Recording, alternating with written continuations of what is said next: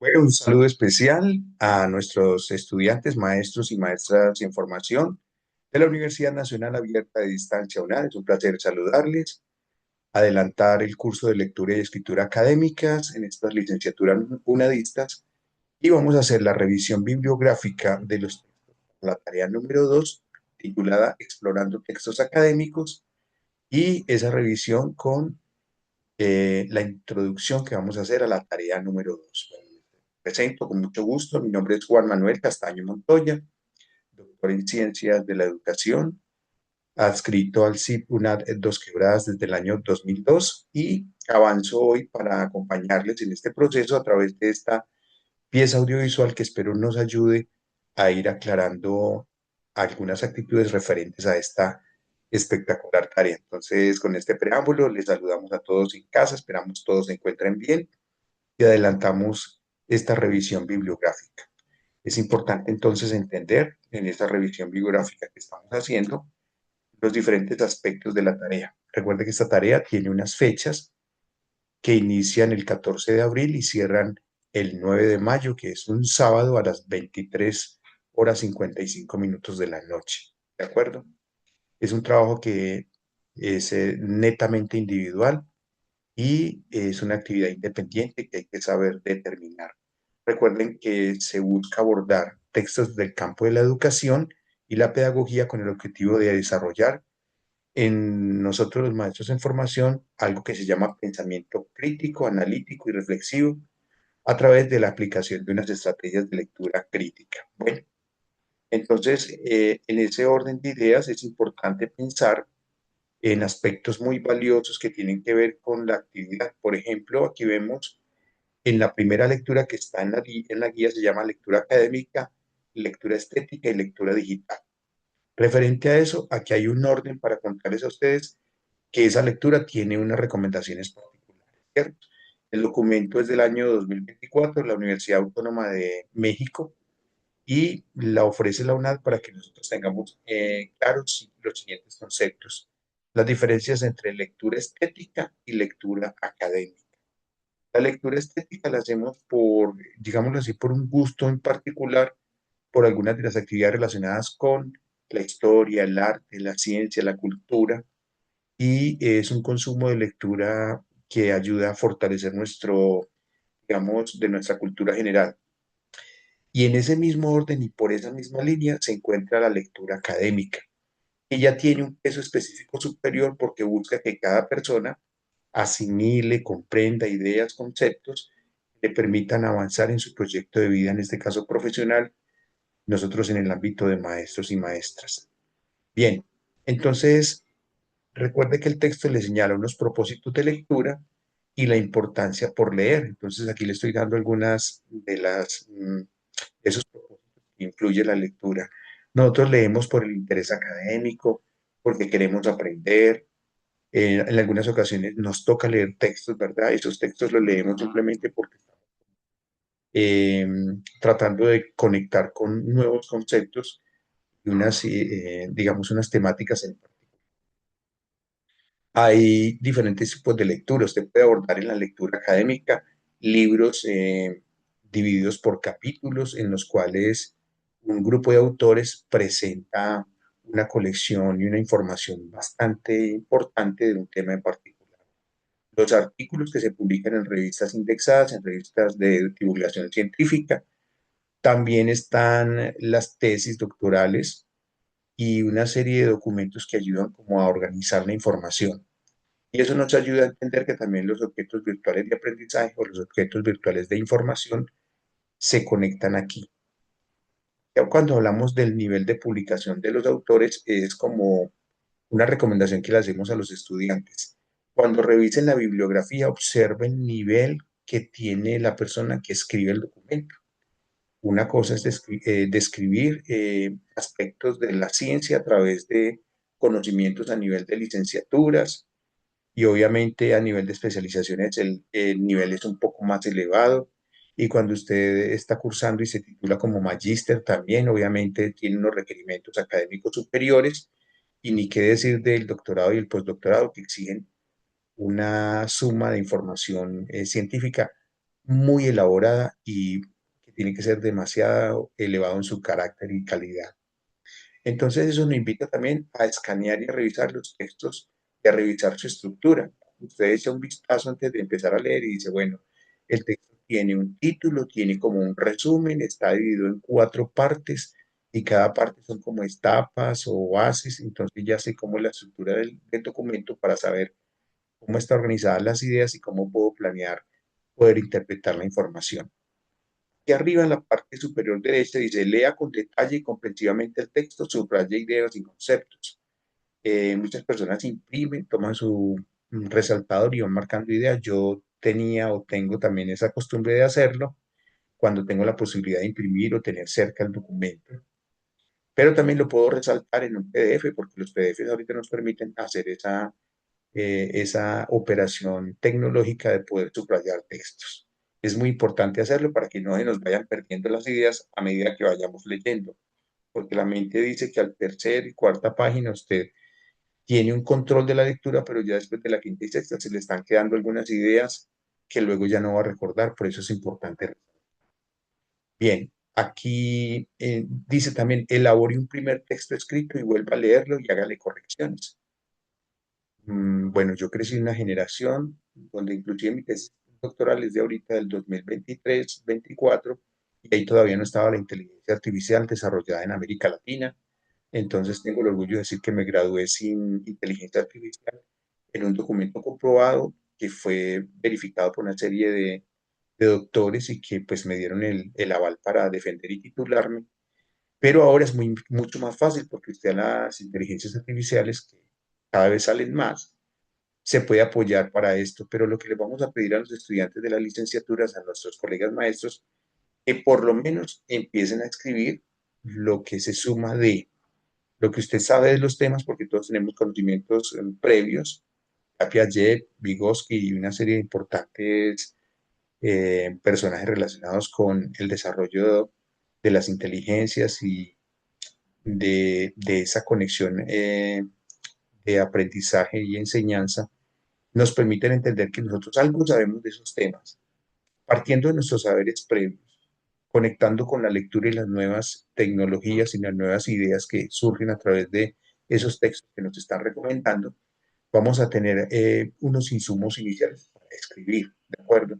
Por eso es importante escribir y evitar dejarnos tentar por mirar las inteligencias, porque no nos están ayudando mucho al tema de cómo analizar y cómo entender con nuestro propio lenguaje y los aprendizajes que tenemos. Por último, usted ya reescribe, organiza, pule, mejora el texto. Recuerde que los textos académicos tienen unas normas de la Asociación de Psicólogos de América, normas APA, y que hay que cuidar la originalidad y obviamente la coherencia del texto. Esa es la recomendación que nos hace ese texto número uno de la Universidad Nacional Autónoma de México del año 2024, que está recomendado en esa actividad número 2, en la tarea 2. Y así en ese orden de ideas pasamos, por ejemplo, a un nuevo texto que nos habla de estrategias de comprensión. Eso lo determinó la Universidad Javeriana C de Cali. Ya sabemos que hay una Universidad Javeriana C de Bogotá. Y también tiene como ese documento una estructura. Rápidamente se propone unas estrategias de comprensión lectora. Se hablan de estrategias cognitivas y metacognitivas. Tienen una diferencia, usted lo van a encontrar. Las estrategias cognitivas son las que usted logra conectar en su mente cuando desde la teoría la comprende.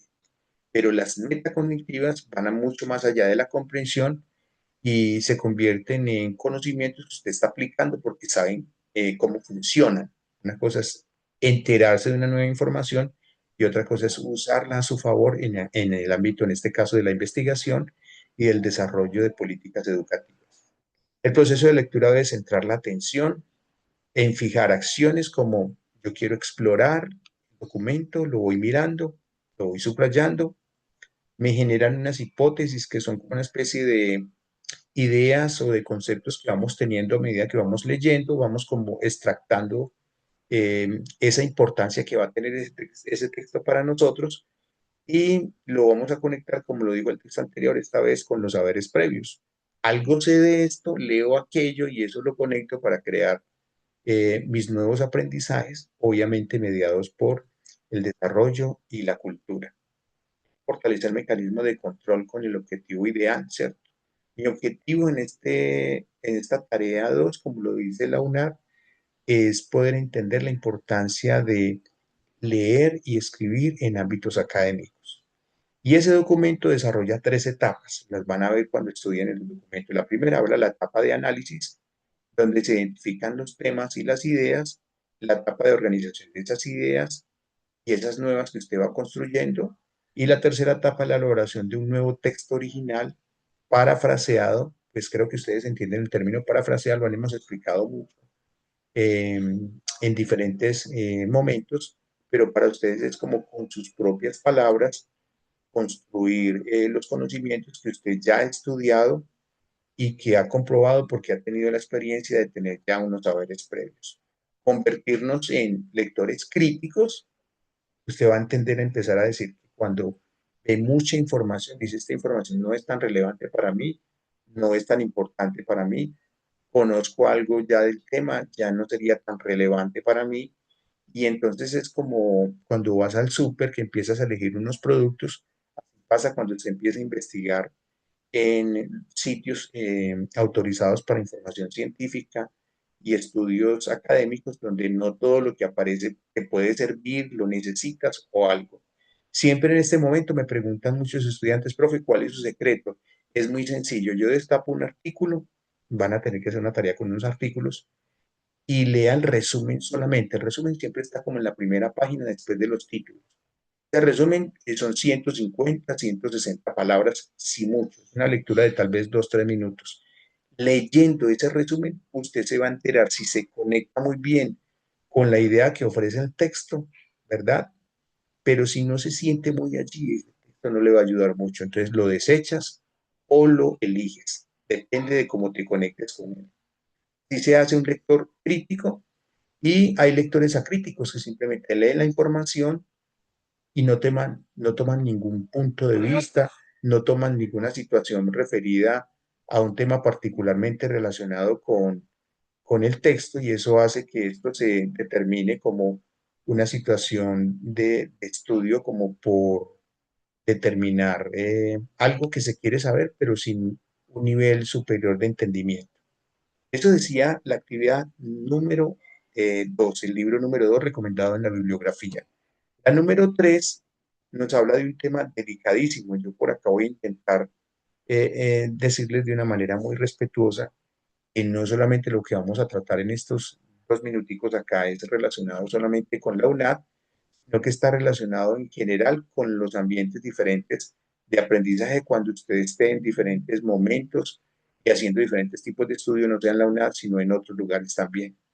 El tema del plagio, que pues se ha convertido en los últimos 10 años como en esa situación que la academia tiene que estar trabajando y explicando para que los estudiantes no incurran en ello. Plagiar es, digamos, un sinónimo de tomar sin permiso cosas que no te corresponden ni pertenecen. Hay 2 tipos de plagio, el intencionado y el no consciente. Entonces, en el texto intencionado es cuando la persona adrede de manera consciente, real, copia palabras, copia textos, ideas ajenas, no hace la citación según las normas APA, las presenta como si fueran suyas, además compra o roba o toma prestado un trabajo redactado por alguien más. Mucha gente busca en los repositorios trabajos a ver si lo recicla. Eso no es correcto, les tengo que decir eso con total respeto a todos. Y también cuando presentan trabajos de otra persona como propios. A mí me ha pasado mucho en 24 años en la UNAD. Por ejemplo, recibí trabajos que todavía ni siquiera le cambiaron el nombre de la carátula de un compañero o alguien o en un repositorio que encontraron. O sea, hasta ese punto se ha llegado a vivir, no solamente en esta universidad, en otras donde yo he estado, porque algunos estudiantes realmente son muy perezosos, ¿verdad? No piensan, creen que lo pueden resolver en media horita. La tarea yo la presento un momentico, yo armo cualquier archivo y lo mando. No queremos a esta altura de los nuevos maestros del futuro de Colombia tengamos esa idea de mentir y de robar y de estafar y de plagiar documentos que no les corresponden. Algo todavía mucho más delicado, a mí en estos días me llegó a WhatsApp y una invitación para que me hicieran unos trabajos académicos de la UNAD. Claro, yo ya estoy en plataforma, aparezco como alguien que hace parte de la comunidad académica. Seguramente no entendieron que el rol mío es ser tutor, pero estos mensajes y estos que son mensajes a WhatsApp, creo que a ustedes les han llegado, mensajes de texto, correos electrónicos ofreciendo tareas de la UNAD y otras universidades para que ustedes, como entre comillas, se salven de una situación, paguen por ella y que la puedan hacer. No, no coman cuento, como dicen, no corra por este sendero que no es lo ideal. Ahora le voy a explicar algo que le pasa también a algunos estudiantes, que es el plagio no consciente, es decir, están plagiando, pero no es que realmente están planeando mentir o están planeando estafar.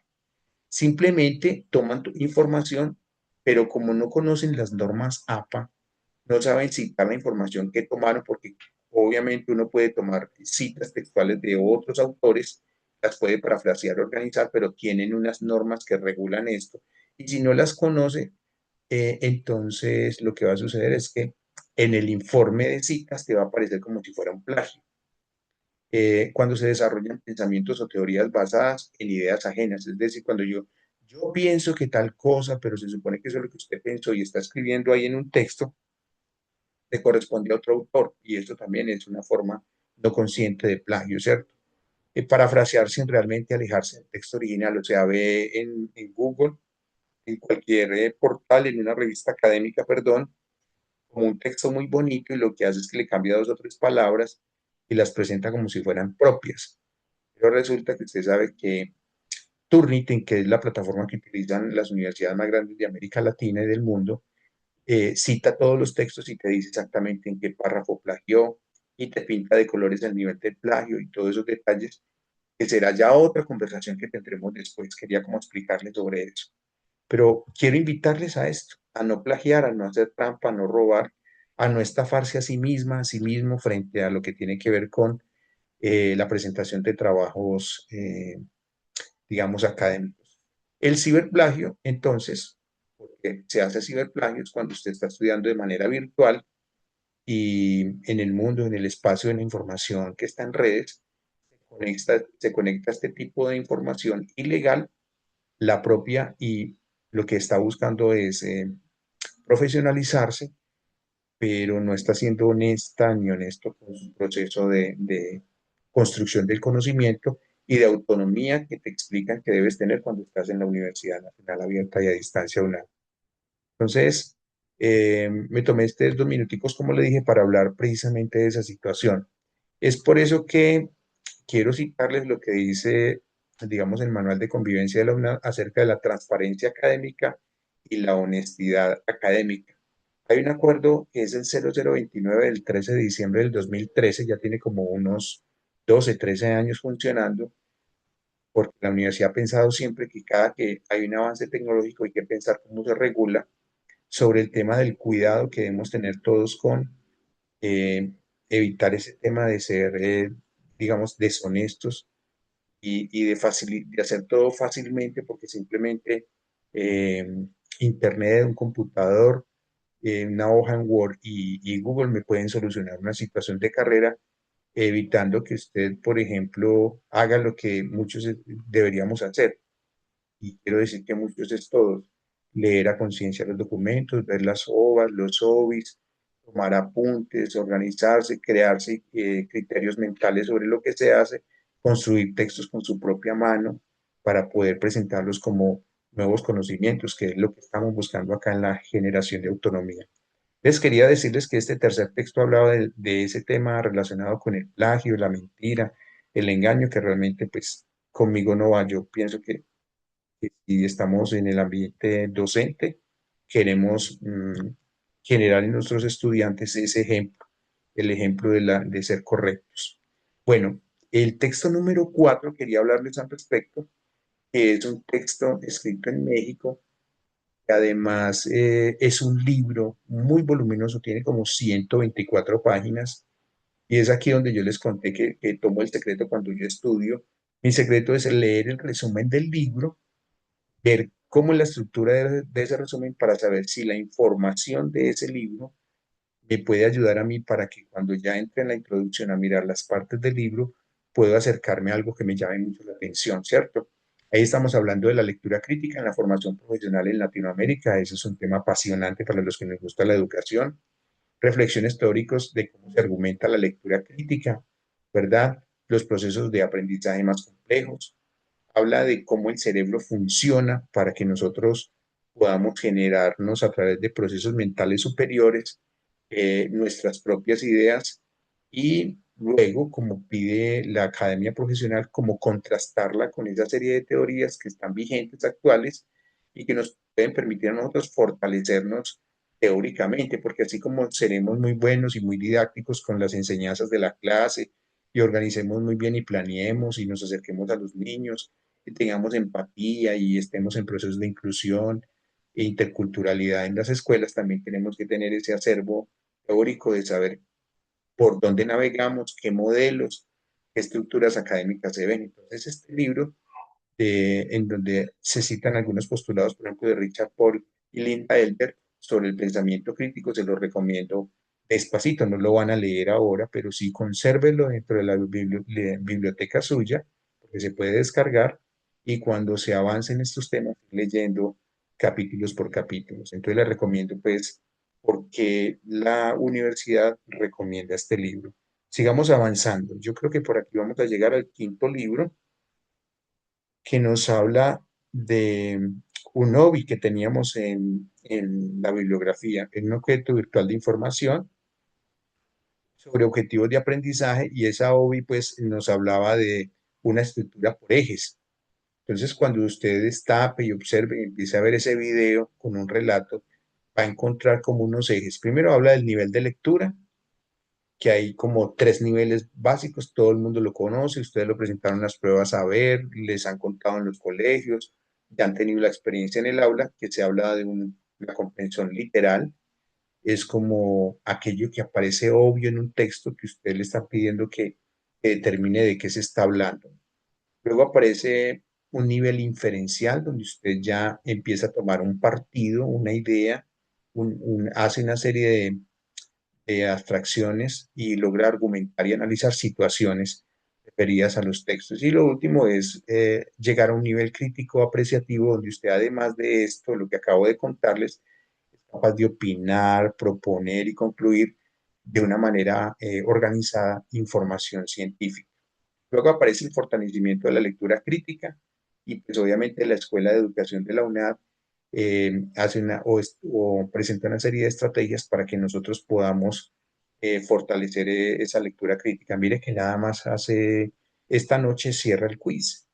Ese quiz tiene unos presaberes que se supone que debemos tener todos y le permite al estudiante tomar unas decisiones en una prueba saber tipo ICFES con única respuesta de selección múltiple y a través de la lectura del enunciado usted puede encontrar, no digamos que con facilidad, pero con relativa facilidad, las respuestas descartando aquellas que realmente no tienen nada que ver. Entonces, usted le fue bien en esa prueba que vale 25 puntos y está arriba de 18, 20, 23, 25 puntos. Quiere decir que ese es el nivel donde usted está arriba de la media serían 16 puntos. Luego aparece la interdisciplinariedad. Resulta que nuestra hermosa carrera educativa tiene una comunicación directa con todas las ciencias sociales. La comunicación, la filosofía, y dice las ciencias sociales, la cultura, la epistemología, la etiología, ¿verdad? La psicología, todas esas hermosas carreras que encierran el desarrollo y la comprensión de las sociedades y el género humano. Por eso es interdisciplinaria nuestra carrera. Y el documento también plantea allí la aplicación en la UNAD como recurso central virtual de escritura, que es que a través de estos videos cortos explicativos, este en su caso es informativo, por eso se llama OBI, le permite a un estudiante entender con esa información todo un proceso y diciendo que no solamente leyendo usted puede entender, sino también viendo videos, escuchando información audiovisual, puede conectarse con ella misma. Vamos a pasar a otro documento que creo que es el texto 6. Me lo permite aquí, sí. Y aquí estamos hablando de el 5 es la OVA, o sea, objeto virtual Me voy a devolver acá un poquito. El 5 son los niveles de lectura del OBI. El 6 es otro OBI que habla de cómo buscar información científica. Cuando usted lo destapa, ve el pantallazo de lo que estamos allí. Es un video que demora 5 minutos aproximadamente. Dice OBI, fuentes académicas confiables, cómo buscarlas, seleccionarlas. Así se llama ese video. Usted lo ve y lo que va a encontrar allí es que la UNAD le ofrece una guía en la cual usted centra su capacidad para buscar información científica, organizarla, filtrarla, revisarla, mirarla y determinar que el rigor de lo que se dice allí le sirve a usted no solamente para aprender, sino para proponer lo que usted está aprendiendo. Ese recurso promueve que usted sea una persona ética, que busque en portales confiables. Ustedes saben que, por ejemplo, Google es muy buscado, muy usado, pero el mismo Google tiene, por ejemplo, un portal que se llama Google Académico o Google Scholar, que te permite a ti buscar información y allí te salen artículos, libros y ponencias de un nivel científico superior que le permitiría decir a usted que la información que está tomando de ese artículo realmente ha sido verificada y comprobada. En cambio, puede ver que el Google regular tiene una cantidad de información, mucha de ella ni siquiera está comprobada, solamente son como puntos de vista y apreciaciones de mucha gente alrededor. Entonces, eso hace estos objetos virtuales de información, que es contarnos acerca de cómo se logra esto. En el texto número 7 aparece una OVA de la UNAD 2023 que se llama Fuentes Confiables. Aquí vemos, por ejemplo, al lado derecho una imagen, la revista Cielo le permite a muchos investigadores buscar información científica. LACS, Medinplus, aparece, como le decía, Google Académico, eh, que son algunos de los portales más utilizados para buscar información científica en documentos confiables. ¿Qué tiene de bueno buscar allí? Porque esa es otra clase que hay que buscar con nosotros. Puede filtrar los años, si es artículo, si es libro. Usted puede filtrar si son documentos en español, en inglés, en francés, en cualquier idioma, ¿verdad? Entonces, frente a esto, nos ayudaría mucho a entender que ustedes puedan aprovechar lo que es la búsqueda de la información y una información que debe ser ágil y rápida.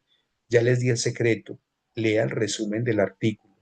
Si ese resumen no se conecta con lo que usted sabe, quiere o puede, por ahí no es la vaina. Deje el artículo, páselo, gracias y busque más, porque eso tiene la red, millones de información en diferentes idiomas que te pueden fortalecer académicamente siempre. Entonces, así tenemos los 7 documentos que pide la tarea 2 que todo estudiante debería estudiar y leer antes de empezar a escribir algo. Y te están explicando todo lo que hemos hecho aquí alrededor. Ahora sí, vámonos a la tarea 2. Lo primero que hacen, le voy a mostrar mi estilo de cómo estudio yo, ¿cierto? Cuando yo estoy estudiando, lo primero que yo veo no es ni siquiera la guía, es la rúbrica de evaluación, se las voy a mostrar. La rúbrica de evaluación, en este caso, tiene 3 ítems o criterios de evaluación, ¿verdad? A través de esos criterios de evaluación es que usted como estudiante debe saber qué es lo que sí tiene que hacer que valen puntos, porque esto se gana con puntos. No sé si yo soy muy resultadista. Entonces tengan en cuenta que sí. Uno de los ítems dice, el estudiante evidencia comprensión lectora de la OVA, o sea, lo que tu virtual de aprendizaje. Hay que verlo, hay que mirarlo, hay que revisarlo, ¿cierto? Sobre lectura crítica, abordando de manera adecuada los retos que se planean mediante la exploración del OVA, porque allí aparecen unas preguntas después que hay que saber llenar. Ahorita les muestro el formato. Yo te puedo calificar desde 0 puntos hasta 25. No es que porque lo presentó tiene 25, no, usted tiene hasta esos puntos y uno mide la calidad de lo que se hace según la rúbrica, si puede valer 10, 13, 18, hasta 25 puntos. El segundo ítem nos habla del estudiante explora, reconoce y selecciona 2 artículos. Ya les enseñé el truco, le hace el resumen, respondiendo a las preguntas indicadas en la guía, que hay unas preguntas por cada artículo, hay un formato, no lo van a hacer en otra parte que no sea en ese formato, ya lo vamos a ver. Y ojo a esto, si usted no me comparte, a mí y a cualquier tutora, a la directora Viviana, en el foro colaborativo que voy a abrir hoy mismo sobre lo que usted está haciendo para construir el documento, yo no le voy a dar 30 puntos. Si hace la tarea, aparece en el formato, en la calificación le pondré 10, 12 puntos, porque para mí es muy importante que una estudiante o un estudiante maestro en formación de verdad, visite el aula virtual que tiene a la mano, que es el foro colaborativo. Allí nos vemos, ese es el sitio de encuentro, allí es donde los cito, les hablo, les explico. Por favor, póngale al foro colaborativo, a la plataforma del curso Lectura y Escritura Académicas, su fotografía reciente. No le dé la espalda, nosotros no somos una red social, no somos Facebook, ni Instagram, ni TikTok, nada de eso, somos una red social. Y mire que yo quisiera mostrarles que cuando estamos estudiando el doctorado, la maestría, las licenciaturas, todos tienen foto, porque es como la manera de presentarse frente a todos. Usted deja su portal sin foto, es como si nada más le importara, si las otras tres, cuatro, cinco personas del foro colaborativo no fuéramos nadie para ustedes. Eso es una falta de etiqueta, una falta de respeto. Spanish. Cuadrando pues esa fotico pronto porque yo revisé hoy las calificaciones del quiz y más de la mitad del grupo no han subido esa foto. Y eso es una norma de la plataforma. Bueno, después de ese cantaletazo, quiero contarles que es muy importante entonces el foro colaborativo. Y en la última parte de la rúbrica te dice nivel alto para el estudiante realiza el ejercicio de lectura crítica a los dos artículos seleccionados, que es una lista grande, ahorita los vamos a ver abordando las tres dimensiones, ¿cierto? Leer entre líneas, o sea, como palabra por palabra, eh, leer las líneas, es decir, el texto completo, leer entre las líneas y detrás de la línea, o sea, lo que subyace, lo que uno se imagina, lo que no dice el texto, pero que es muy real en él, que es como los niveles de interpretación de la información. Todo esto en el formato, nada de empezar a hacer en Word una cosa diferente, sino descargan el formato, yo lo voy a subir ahorita también al foro colaborativo para que usted trabaje, eso vale 70 puntos, hasta 70, te puede valer 10, 15, 18, hasta 70. Quiere decir que esta actividad, taller 2 del curso, vale 125 puntos, 25 del examen que termina hoy, 125 de esta primera tarea. Muy bien, y entonces aquí a continuación pasamos a hablar precisamente de cómo se desarrolla la tarea, ¿cierto? La tarea tiene unos pasos. Uno que es fundamental es que ustedes deben, yo no diría que una vecesita, tal vez dos o tres veces, con anotacioncitos, véase la OVA sobre lectura crítica. Está el enlace, yo ya les mostré ahorita de qué trata, pero usted necesita verla despacio, porque de ahí necesita usted profundizar y desarrollar la comprensión sobre lectura crítica. Hay que participar en la primera web, que es esta semana con nuestra directora Viviana. Es a medida que usted se está conectando con estas web, usted va obteniendo puntos, va aprendiendo mucho más, van a escuchar otras maestras, otros maestros de la universidad que también tienen otras estrategias para enseñarles que ustedes se conecten bien con ellos. Además, hay que descargar el anexo del taller 2. Yo te las voy a anexar a ustedes, que ustedes lo tengan también ahí, pero descárguenlo, porque en ese documento es que se hace la tarea. Tiene inclusive la portada y todo, ¿de acuerdo? Y diligencie la siguiente tabla para identificar los artículos seleccionados. Esto hay que publicarlo en el foro colaborativo para ganarse esos 25 puntos, ¿de acuerdo? Ya se los expliqué. A propósito de los artículos, voy a moverme por acá. eh, los artículos realmente son muy variados, son realmente bastantes. Creo que son como 12 o 18, no mire muy bien. Entonces, hay temas relacionados con inclusión, con aprendizaje, con evaluación, con el desarrollo de la lectura, con las habilidades motoras. Entonces, cuando vean los títulos, primero elija títulos que le llame la atención, ¿cierto? Luego le da clic y entra al documento de ese artículo, le echa una miradita al resumen y elija tres, dos, tres, porque le están pidiendo mínimo dos. Elija dos, pero vea algunos, cosas que puede ser que uno sea mejor que el otro, usted pueda empezar a descartar. Nunca le voy a pedir que vea todos los artículos, pero que vea tres, cuatro, y usted ya dice, de estos que vi, ya sé con qué quiero hacer la tarea. Entonces es mejor que destape tres o cuatro artículos y tome una decisión final, ¿cierto? Bueno, las recomendaciones que se están pidiendo también en la web es que participen en las CIPAs, que son encuentros virtuales que hacemos nosotros con la idea de fortalecerlos en diferentes ámbitos de la educación. Yo podría hablarles también que es importante que hablemos de Turnitin, de las normas APA y del plagio, que puede ser una de las posibilidades de desarrollar una CIPA interesante. Cuando usted realice la lectura de los artículos seleccionados, responda a las preguntas expuestas en el formato del taller 2, leer las líneas, leer entre las líneas y detrás de las líneas, que es como lo que va más allá o los aprendizajes que usted obtiene en la lectura de los artículos. Los artículos no es que sean extensos. Un artículo científico, quiero que sepan, está construido según las normas APA entre 8 y 18 páginas.